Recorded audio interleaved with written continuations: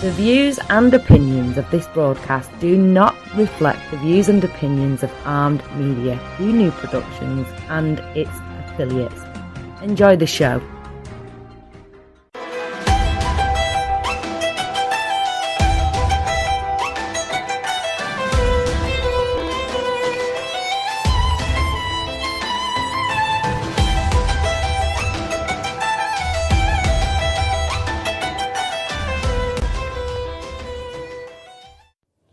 Good evening and welcome to Let's Talk Careers with Sara on Armed Radio.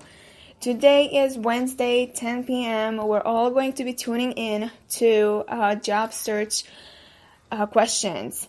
Today I want to talk about mistakes you're probably making when applying for a job.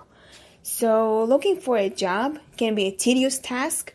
You're constantly putting yourself out there to be judged, writing cover letter after cover letter, and tweaking your resume like your life depends on it.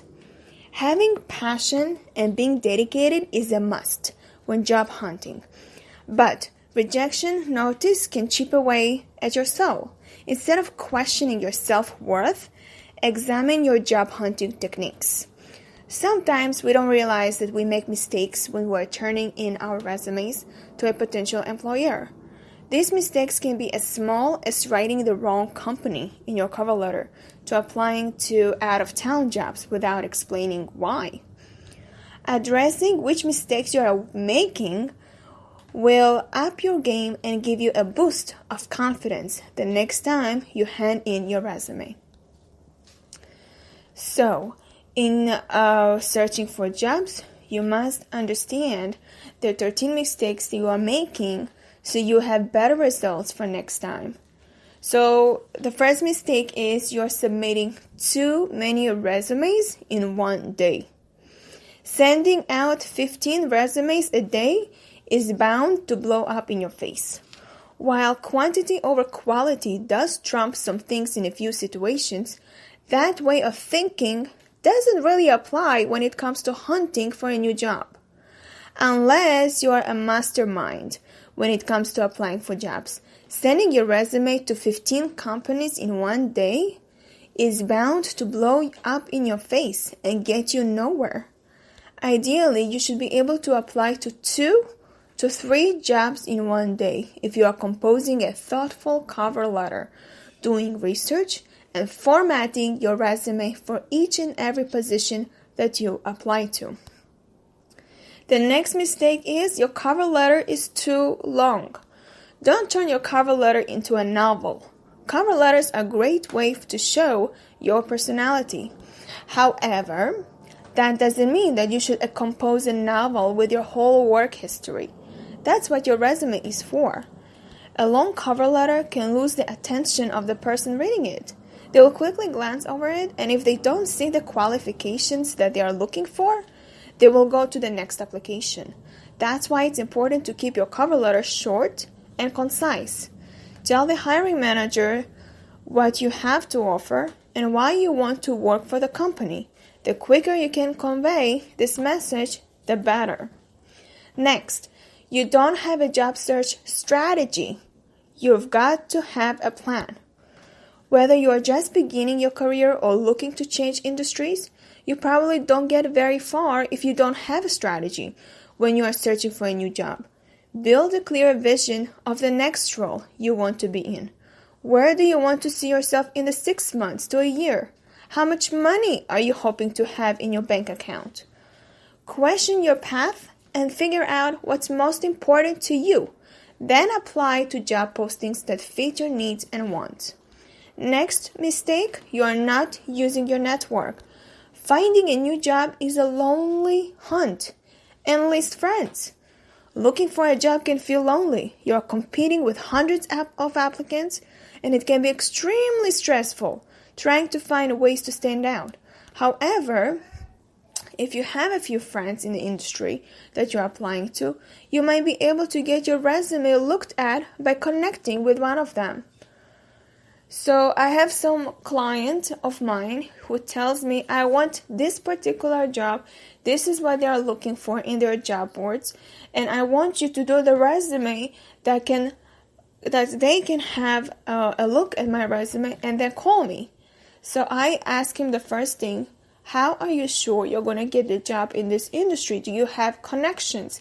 He told me yes. He said a friend of mine is working there and he can take my resume and give it to the supervisor or the hiring manager. So that's a good start. Have friends who work in the industry who can help you get in the job. Don't underestimate and think you can do it alone. Next time you're looking to try something new, reach out to your network that you keep in touch with, and briefly mention that you are in the marketing for a new job or or for any position. Only send your resume if they request it, and tell them what kind of jobs you're interested in applying for. While a job might not be available at that moment, something could pop up in the next couple of months. Next mistake, you're sending the same resume to each job. Your resume is your calling card. Tailor it to each job.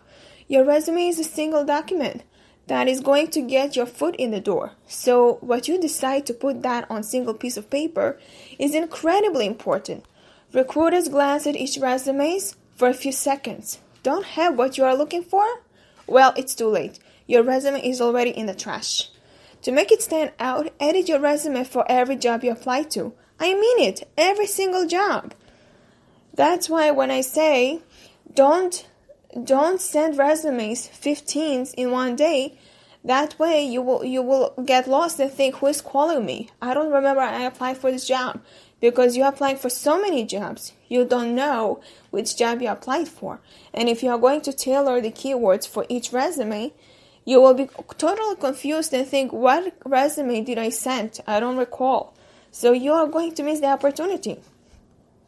Use the same keywords they put on the job description. Take out previous roles that don't fit the position you're about to apply to.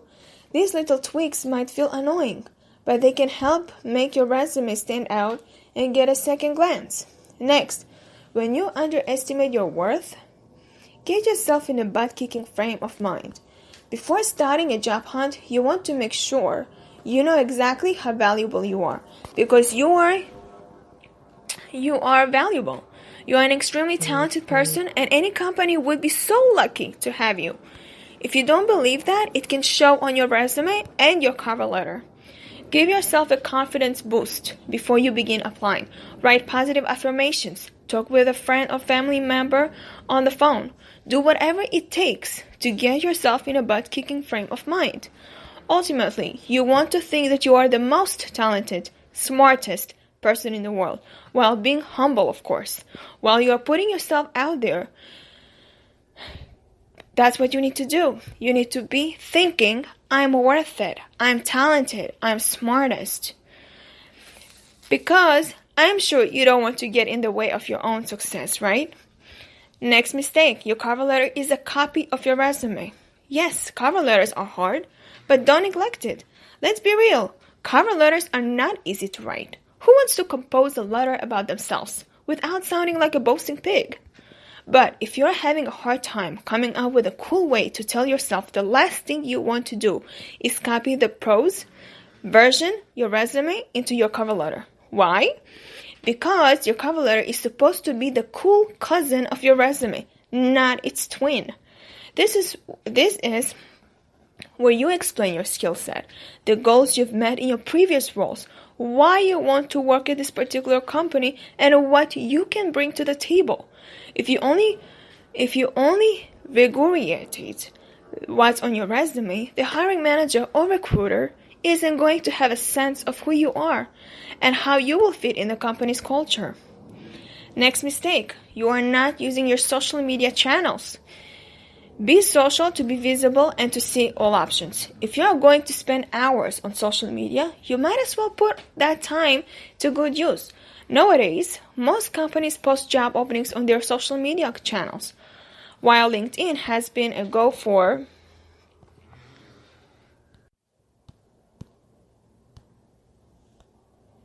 candidates. For years, Instagram stories, Instagram, Twitter, and even Pinterest have been known to house job announcements.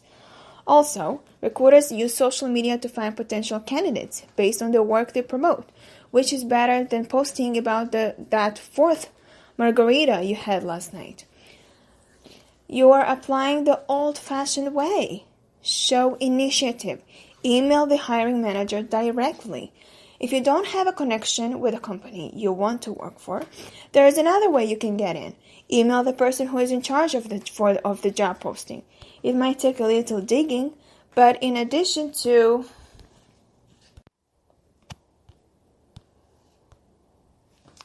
if you don't have a connection with a company you want to work for, there is another way you can get in. Email the person who is in charge of the job posting. It might take a little digging, but in addition to applying through the generic application process, you also want to find the email of the person who's in charge of hiring. This will show initiative. The recruiter or hiring manager will most likely appreciate the extra step you took, which could up your chances of being hired. You are not proofreading your application. That's another mistake. Make sure everything is good to go before you send it out. Whether or not you think you are a kick-ass writer, you have to proofread your work before you turn it in. This way you don't hit the apply button and regret any minuscule mistakes. Bonus points if you ask a friend or family member to read over your application as well. It never hurts to have multiple eyes on your application just to make sure everything is good to go before you send it out. Next mistake, you only look for positions that are posted. Find the jobs before they are posted. It makes sense to think that the only jobs that are available are the ones that are posted online. However, that's far from the truth. A lot of jobs that need to be filled don't even see the light of day. A lot of them are filled in-house through staffing agencies or connections. Hello, that's where your network comes in. To get ahead of this, opt to work with a recruiter or cold email the company you want to work for to see if there are any positions they are hoping to fill. You never know how your life could change if you send a cold email. Next mistake, you're applying for jobs you're not qualified for. Make sure the jobs are a good fit. While it's never a bad idea to apply for a position that seems out of your comfort zone, you want to be realistic with the type of jobs you're going to apply to. That means applying for jobs that fit your skill set. Most online applications go through an ATS search that shuffles through applications. ATS is Applicant Tracking System. If it doesn't find the same qualifications that was written for job description, it will throw your application out. Ouch. Ideally, you want to still apply for those out-of-reach jobs, especially if you are looking to switch industries. But articulate why you're applying for this type of positions and skills you can bring to the table in the cover letter. But if you're not switching industries, aim to apply to this type of jobs fewer times than the ones you're qualified more. Next mistake, you're only going after well-known companies. Play the field, including lesser-known companies. Yes, it would be amazing to work for the biggest tech or financial or media company out there. But a million other people think so too. If you want to give yourself a better chance on getting a job, think outside the box by applying to lesser-known companies. Startups, for instance, are a great way to get your foot in the door and wear many hats. You can learn a lot about how a company begins and operates, which could give you the technical skills you will need more future roles. Now, there are other ways that you can get ahead in your job search, and we're going to talk about it in a moment. I met Ilana about her management skills on how she had gotten ahead in her careers. So for her, we're going to discuss about how you are becoming a first-time manager and how effectively manage and grow the careers of your team. So here's what Alana told me. In the course of a summer, I went from never managing anyone to managing 16 interns. I did not have any formal managerial training. I learned many new skills over the course of that summer. Being a good manager is far different from being a good employee because you are no longer responsible for only yourself. You are responsible for other people, for their career progress, their learning, and their success. Being a good manager is far different from being a good employee. Okay? You are rarely taught how to be a good manager. Modeled your own managerial style of what you like or dislike about your own managers, and came up with a style that has helped you to manage multiple people in different jobs. So here is what Ilana suggests. First, you set expectations. Come up with specific action-oriented goals that can be tracked and measured. One way to do this is to create key performance indicators, for short KPIs, for each person and the team that you manage. This should be aligned with the overarching goals of the organization. Goals and expectations are a great motivator and a way to increase teamwork. Next, be a team player. When you are a manager, you become responsible for your entire team's failure or success. You need to be focused on what you can do to help each member of your team be successful in his or her role. Show that you are a team-oriented by making time for team members, asking them how you can help, using words like we instead of me, and not taking credit for other people's work. Additionally, show that you care about each person's success and the success of the team as a whole. You have more access to senior management and make it clear that you advocate for your team's success. Next thing, communication is key. Meet with each team member one-on-one at least once a week. Use this time to discuss deadlines, progress, or projects and goals, challenges, and any successes they want to share. In order to set your team up for success, you need to communicate regularly and make it evident that you listen, provide advice, and care. Next advice is give feedback. Regularly give both positive and negative feedback. Recognize and praise people's accomplishments. It makes people feel good to know that you recognize and appreciate hard work, progress, and achievements. One of the harder parts of being a manager is giving negative feedback. It's difficult, but it is essential and very valuable to the individual. People can't improve, grow as a professional, or exceed at expectations if you don't provide feedback. So get used to giving both positive and negative feedback frequently. And say something when you notice it, not months later. If you wait until something snowballs into a bigger deal, it isn't fair to your employee, because they could have had months to improve and fix it had they only known there was a problem. I once had someone tell me that nothing that comes up in an annual review should be a surprise. A good manager will frequently check in and provide feedback. Next, learn to delegate. It's crucial to delegate. If you hold on to too much of the work and micromanage people, you'll end up making the project take far longer, and you might even frustrate your team members. Plus, micromanaging them subtly implies that you don't trust their quality of work. You will empower people if you trust them to be good workers. So let them know that you trust them, that they do a good work. Check everything over and check in frequently, but trust people to do the job they were hired to do. Spend more of your time managing, coaching, and helping people to do the best work possible, and less time micromanaging. Next, lead by example. Set a good example and follow all of the same expectations you set for members of your team. People will look to you for guidance, even if they don't explicitly ask for it. So it's important to set a good example. Whatever you do, embrace your new role and empower your team to be the best they can be.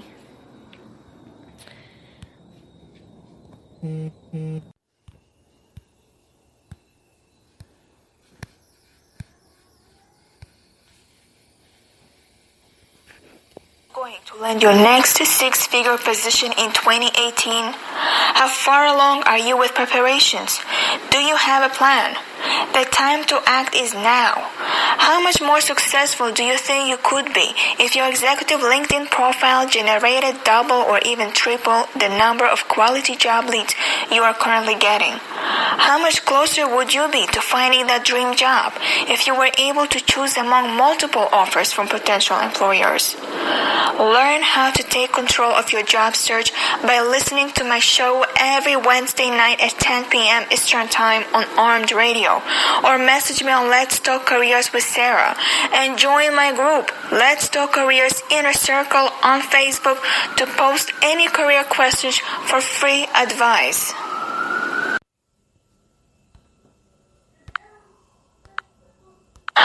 Today, I saw on MSN.com a post that I was very intrigued to see about an article that is called America's 43 Most and Least Trusted Professions.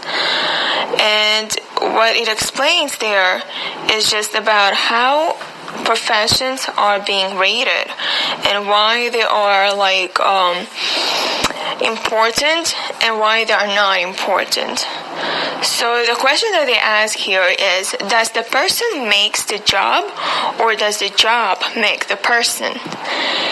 Is the work you do the person you are, or are those identities separate? Is there a difference between a vocation and a career, and is one more honorable than the other? So the 43 jobs that they're talking about is basically explains about how it's the least important. So the least important is lobbyists. Lobbyists are not that important. And the next one is telemarketers, car salespeople, members of Congress, stockbrokers, HMO managers. Their ethical standards is 12%. Senators, advertising practitioners, business executives, saying that the honesty and ethical standards are 16%. Lawyers is 18%.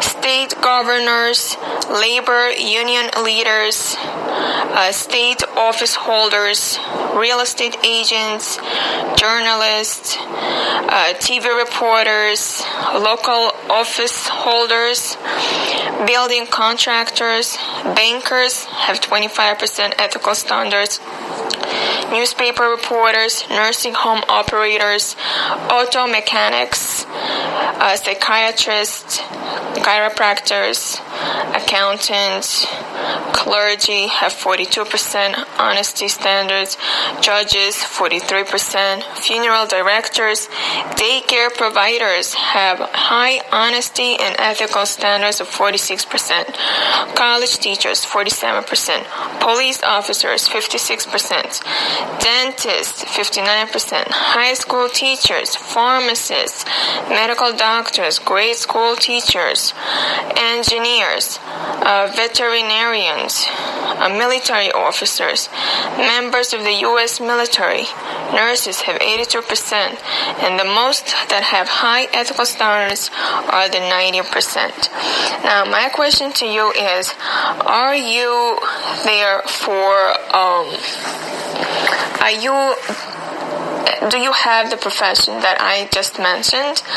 If you do, how happy are you? So if you are happy, please give me a call to 1-800-504-5431, and I would love to hear about what you do and how you are dealing in the job and what clients are you interacting with, or patients, or whoever you are with, and I would love to hear more about you.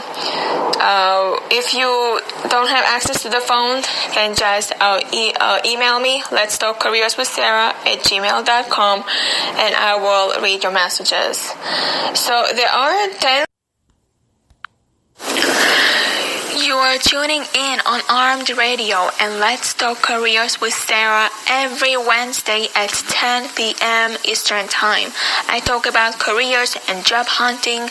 If you would like to ask a question or would like to hear about previous shows that you have missed, you can find me on Facebook at Let's Talk Careers with Sara. You can learn about jobs, tips, and advice on my page. If you have a career-related question, you can just message me on Facebook.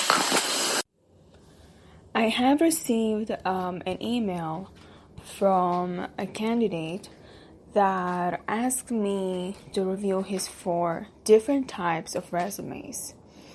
And this is what he says. After seeing your Facebook posts, I was moved to reach out to you. I have what might be a unique situation, and I figured that if I was going to run it by anyone in the staffing arena, that you would be the best bet to hear me, as well as be able to keep an open mind, not judge, understand at all.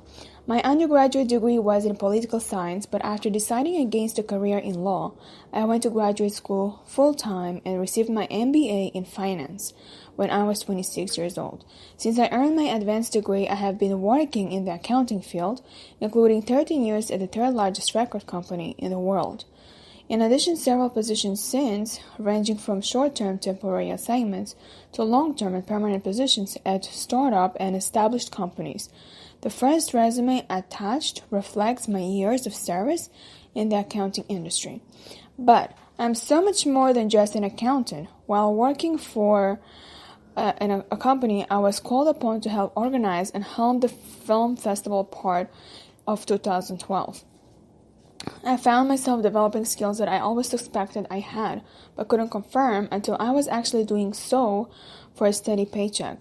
In addition, since 1997, I've been organizing an annual benefit concert that helps raise blankets for and public awareness toward the plight of the homeless. First targeting NYC's less fortunate, increased media exposure over the years eventually led to other individuals developing similar satellite shows in various metro areas in the US, Canada, and the UK, where I was occasionally called upon for advice, encouragement, endorsement, and in one case, to book and actually MC the entire production. It was for these reasons that I recently developed a second resume, where I listed my primary occupations as event and party planner. On top of that, I've always loved writing and performing musical positions. In fact, I've entertained when I wasn't working my primary occupation, here in my native New York, in various parts of the US and Canada, and once a little over 10 years ago overseas.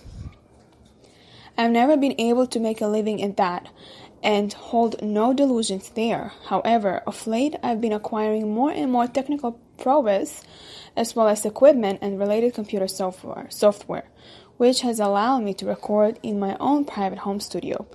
I'll admit, I'm fairly new to this field too, but do seem to have a natural talent for knack for this kind of work, if I do say so myself. The third attached resume is one nowhere I have highlighted my acumen as a recording engineer and mixer. Finally, in addition, I have likewise developed my skills as a video editor.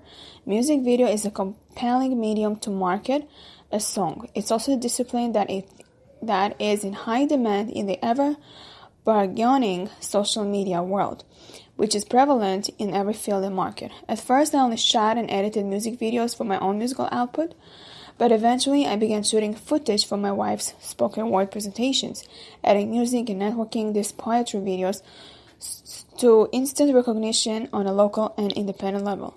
Of all the non-accounting disciplines that I've recently begun to explore, I believe that my potential as a video editor and or producer holds the most promise. Naturally, as with the other three areas, I have attached a fourth resume here, detailing my recent past experience as a producer and editor of video.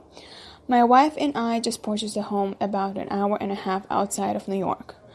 For my accounting resumes, I have two different versions thereof, one with our NYC apartments address for Manhattan and nearby area-based jobs. Since we didn't give up our lease right away after moving, the one with our new home's Middletown new address for the jobs closer to where we live.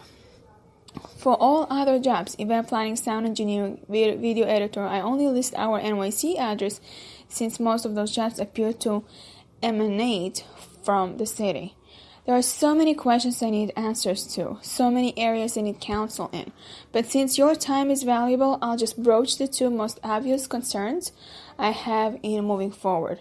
How do I market myself in the other three fields areas without scaring off recruiters or agents who might think that I wouldn't be a good candidate for an accounting position, concerned that I wouldn't fully concentrating on a finance-related position or a career path and thus end up sabotaging my usual job search, which will leave me with little to no income?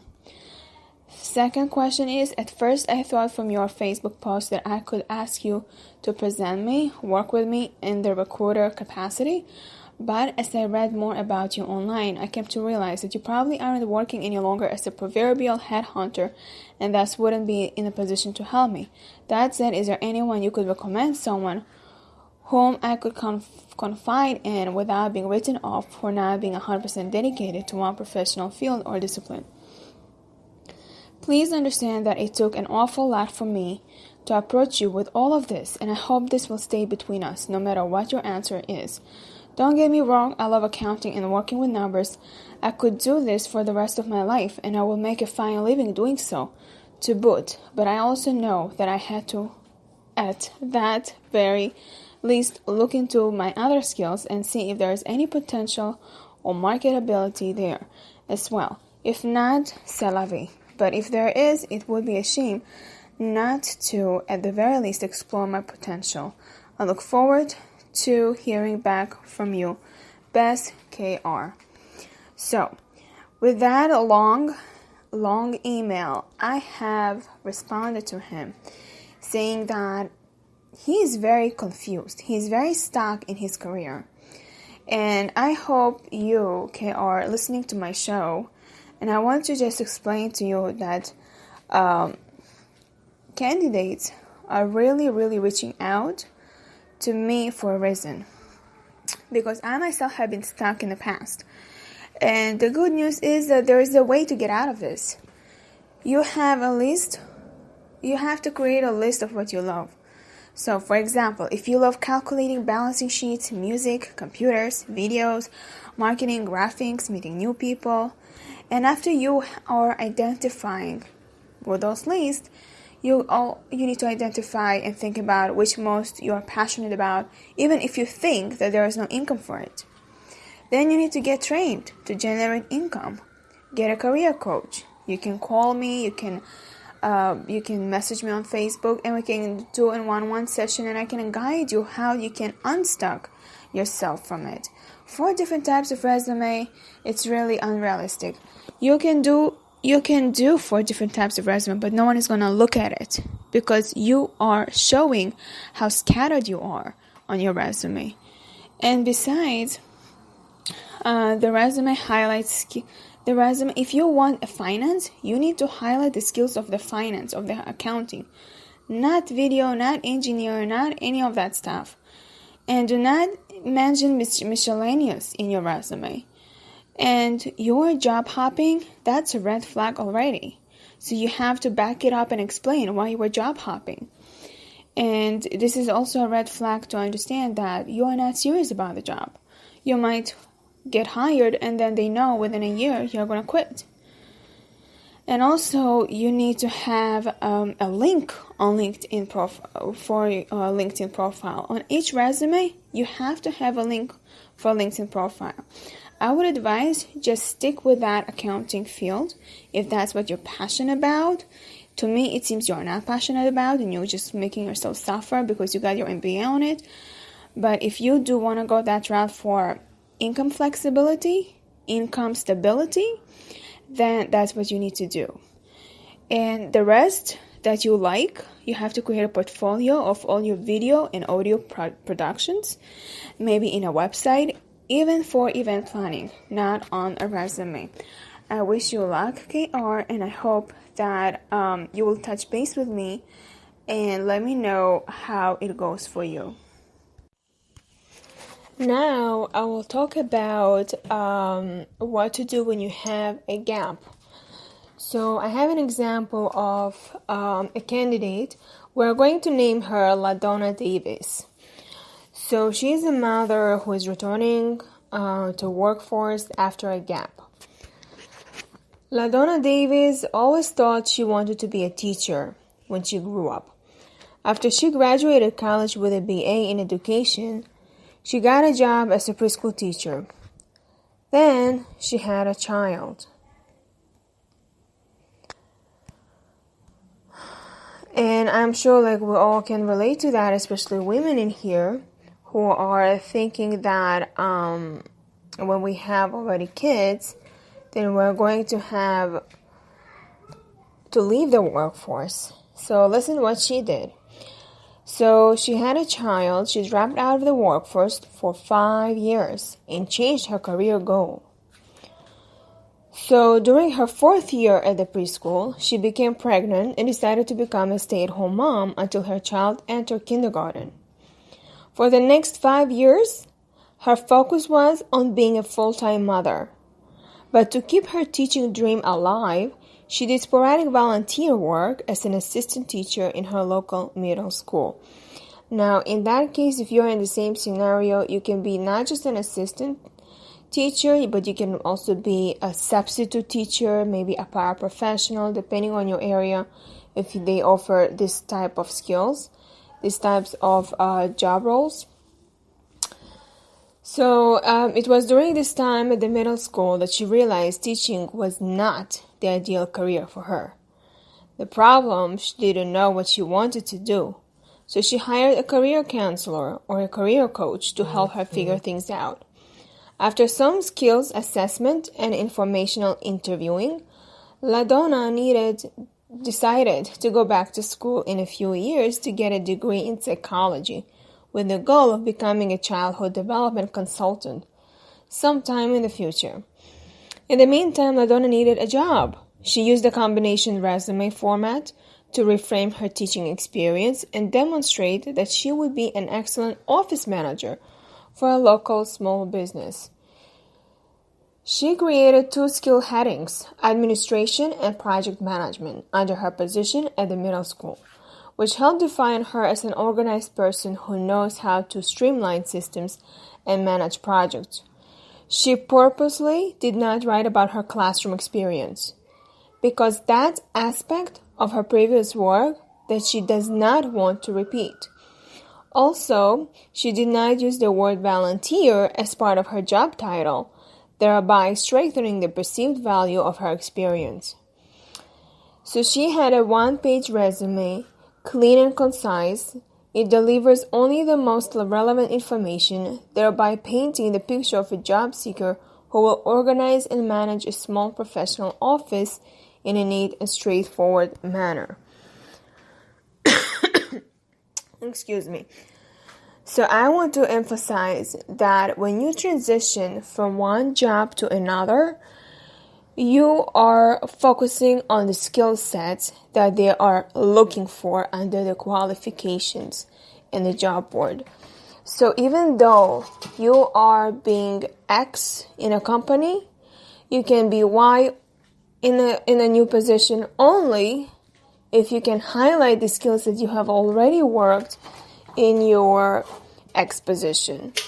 So I want you to understand you are not lying about it, and you are not creating different resumes for each job. What you are going to do is going to focus on the job that you want to apply with the title that they are looking for, and putting on the qualifications inside the resume. And I want to emphasize about what recruiters and hiring managers want in a resume. Martin Yad is a very big resume writer. He wrote a lot of books that named by Knock 'em Dead. You can find his books in the library or the bookstores. So he is explaining in the article about what recruiters and hiring managers want in a resume. Recruiters want to fill a job opening as quickly as possible and get on to the next assignment. Hiring managers similarly want to hire someone as quickly as possible and get back to their work. Your resume is the tool that gets you in the door. What recruiters and hiring managers despise is an overabundance of self-praising descriptors, superior, for example, excellent, team player, detail-oriented, thought leader, self-motivated, hard worker, and the like. When recruiters see a resume filled with adjectives unsupported by skills and achievements, they read a phrase like excellent accounts receivable skills, detail-oriented, and they think, oh, you know what? You think you're excellent? Well, I'm going to be the judge about that. They don't like that.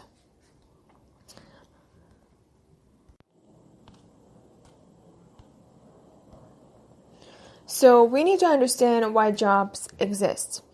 But recruiters and hiring managers want to see resumes that show relevant skills and how you apply them on the job. How do you do that? Now, no job gets added to the payroll unless it helps the employer make money, save money, or increase productivity. This holds true for all jobs at all levels and in all professions. Consequently, jobs exist to identify, anticipate, prevent, and solve the problems that prevent the company from making money, saving money, or increasing productivity. Now let's put it another way. Every job exists to prevent and solve problems within its area of expertise and thereby contribute to company profitability. Consider the deliverables of an accounts receivable job. Perhaps boring until you realize that unless the people in accounts receivable do their job, the company won't be able to pay its bills and your paycheck will be bounced. Thought about this way, accounts receivable jobs are not about tabulating the income derived from trouble-free paying customers. They are focused on actively bringing in revenue. This means that an accounts receivable candidate is hired because she knows the professional landscape of the job well enough to identify, anticipate, prevent, and solve problems by bringing in the receivables, and in the process effectively dealing with late-paying customers and so contributing to profitability. Why skills and achievements rule? Regardless of profession or title, employers want to see a resume with skills applied to the identification, anticipation, prevention, and solution of the typical problems that crop up every day of the week in that job. And they want to see the results of these efforts. So in the resume, our accounts receivable specialist will talk about skills and the results of their application. For example, she has or he has 4 years of accounts receivable experience, knowing Excel, QuickBooks, Zencash, and reduced 30 days plus payables by 20%. For example, reduced 45 days plus payables by 18%. In 19 words, we know the candidate has experience, understands the job's deliverables, has the tools to do the job, and can point to the results, achievements of their application. Much more powerful than excellent accounts receivable skills, detail-oriented. Sell to the customer's needs. The first lesson learned in our professional lives is the customer is always right. The second lesson is find out what the customer wants and sell it to them. Combined, these lessons tell you that you need a template for the story of your resume must tell. Here's what you do. Collect 6 job postings and pull them apart to find the common experience requirements and skills employers seek when hiring someone like you. This is called target job deconstruction.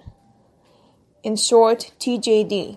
Once you know what potential employers want, you can determine skills and accomplishments you need to show yourself in the best light. How to identify your achievements? Employers look to what you have achieved in your work as an indication of what you are likely to achieve. It might help you recall relevant skills and contributions using CAR, right? C-A-R. C is for challenge. Think of challenge you faced or problem you had to resolve. A, action. What actions did you take? R, results. What was the result of these actions? What was the value of your employer? Remember, CAR, C-A-R, challenge, action, results. You can apply CAR to the following questions when you think about results. Try to think in terms of percentages and amounts. What gives you pride in your work? How does this relate to the success of your job? Did you increase sales, save money, or otherwise increase productivity? Did you meet an impossible deadline throughout extra effort? What was the benefit of your company? Did you conceive, design, or help launch a new product or program? Did you assume new responsibilities that weren't part of your job? Have you completed any special projects? Did you introduce any new or more effective systems, processes, or techniques for increasing productivity? Recruiters and hiring managers' needs are simple. They want to fill a job opening as quickly as possible with someone who will do the job well. A resume that replaces empty adjectives with skills and achievements will get you interviews and immediately set your candidacy apart. Now, I want to ask you a question. Is your resume effective? Now, with whatever you don't understand, you can message me on Facebook, Let's Talk Careers with Sarah, and I will answer all your questions. Or you can email me, letstalkcareerswithsarah@gmail.com. Now, I want to talk about your resume. How effective is your resume? If your resume has been circulating in a job market for more than a month, and you haven't gotten requests for job interviews, the problem could be your resume. I had a candidate who asked me to write for her a resume.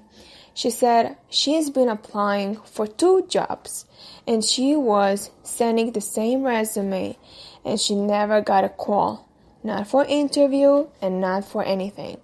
She was very sure that her resume did not do the job that she was looking for. So she hired me to work on her resume. And I have seen all the minuses that she had, and I explained to her how to do it.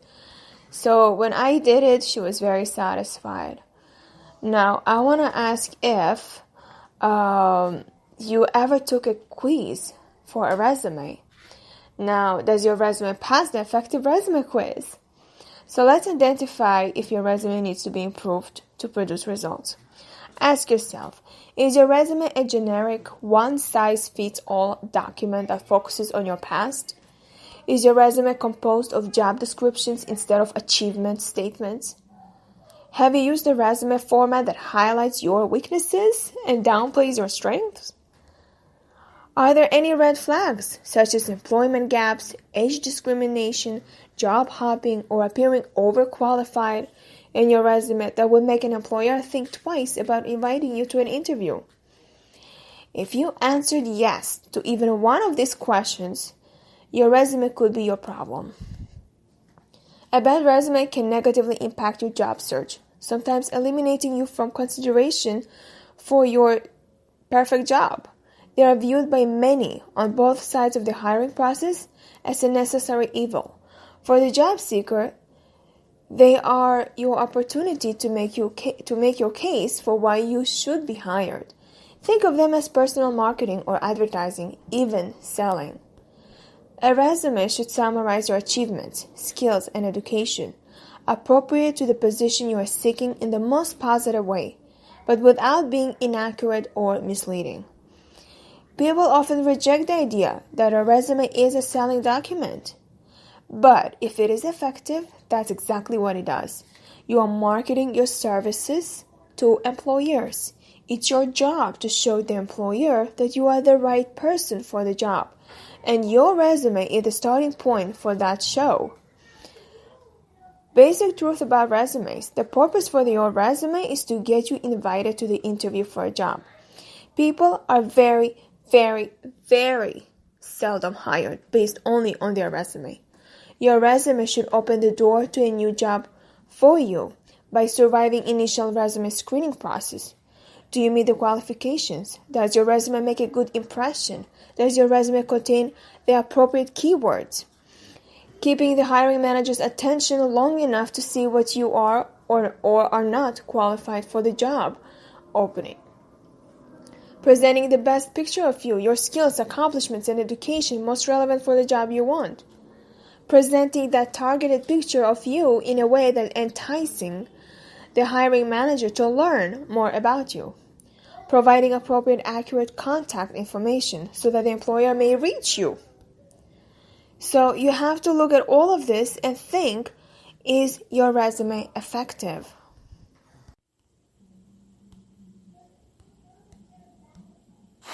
Have you thought about how you are going to land your next six-figure position in 2018? How far along are you with preparations? Do you have a plan? The time to act is now. How much more successful do you think you could be if your executive LinkedIn profile generated double or even triple the number of quality job leads you are currently getting? How much closer would you be to finding that dream job if you were able to choose among multiple offers from potential employers? Learn how to take control of your job search by listening to my show every Wednesday night at 10 p.m. Eastern Time on Armed Radio, or message me on Let's Talk Careers with Sarah, and join my group, Let's Talk Careers Inner Circle, on Facebook to post any career questions for free advice. The secret to getting a new and exciting job is to build your resume around your future, not your past. So before you even start writing your resume, you need to plan what kind of work you want to do next. Then create a resume that's about your future by using the following techniques. Imagine that you are an artist with an empty canvas, a piece of paper, or your computer screen in front of you. Your assignment is to paint a picture of yourself at your next job. And what do you have to paint with? You have 4 tools: your experience, such as previous jobs, volunteer work, or school projects; your skill areas, such as management, computer, or sales; your concerns, such as environment, homelessness, or human rights; and your personality, such as dependability, sense of humor, or ability to communicate. In other words, combine any of these 4 areas to paint the picture of your future job.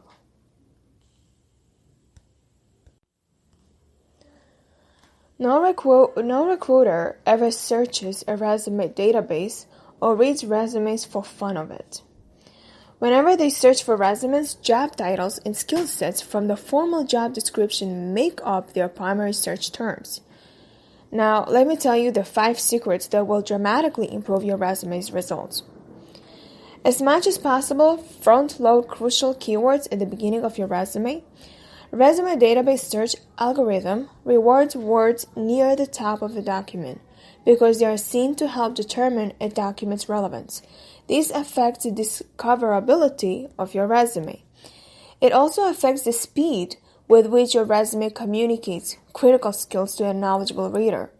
A recent study showed that once a resume has been pulled from a resume database, recruiters spend an average of 6 seconds on a first-time scan.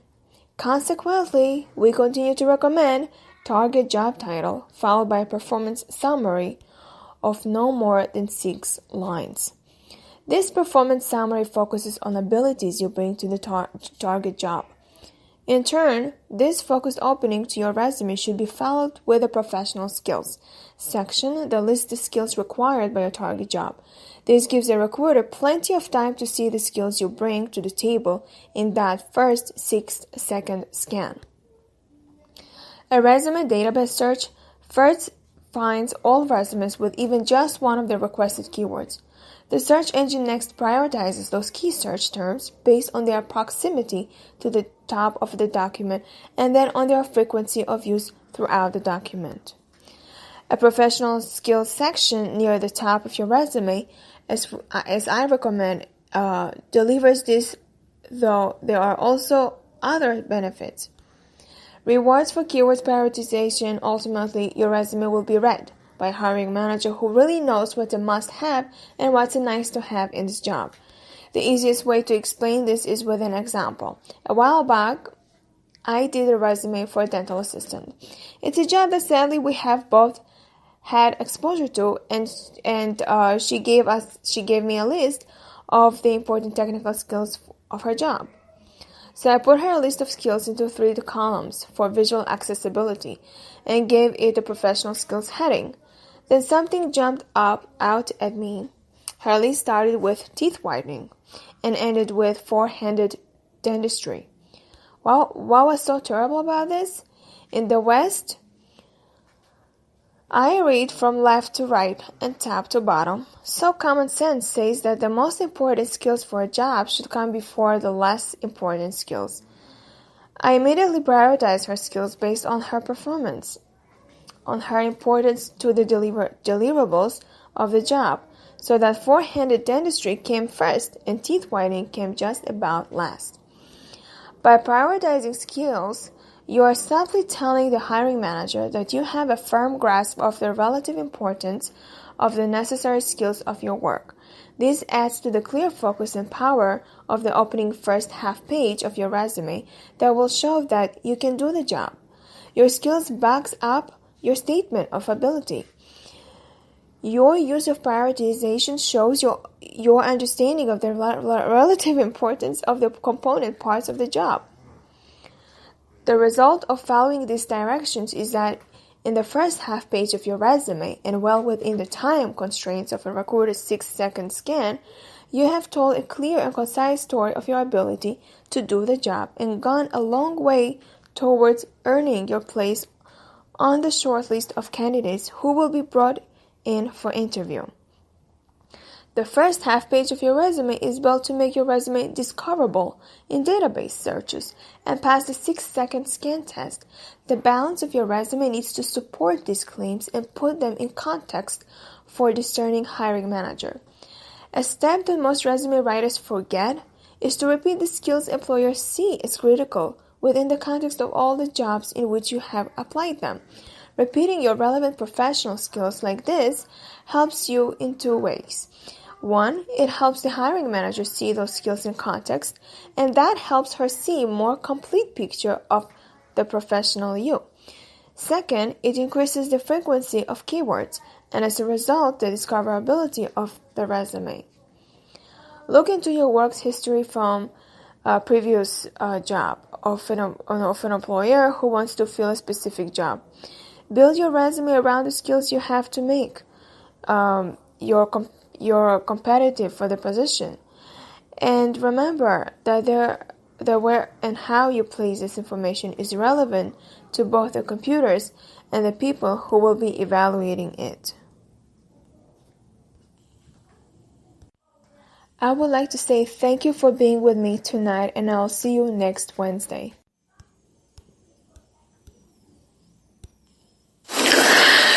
You are tuning in on Armed Radio and Let's Talk Careers with Sara every Wednesday at 10 p.m. Eastern Time. I talk about careers and job hunting. If you would like to ask a question or would like to hear about previous shows that you have missed, you can find me on Facebook at Let's Talk Careers with Sara.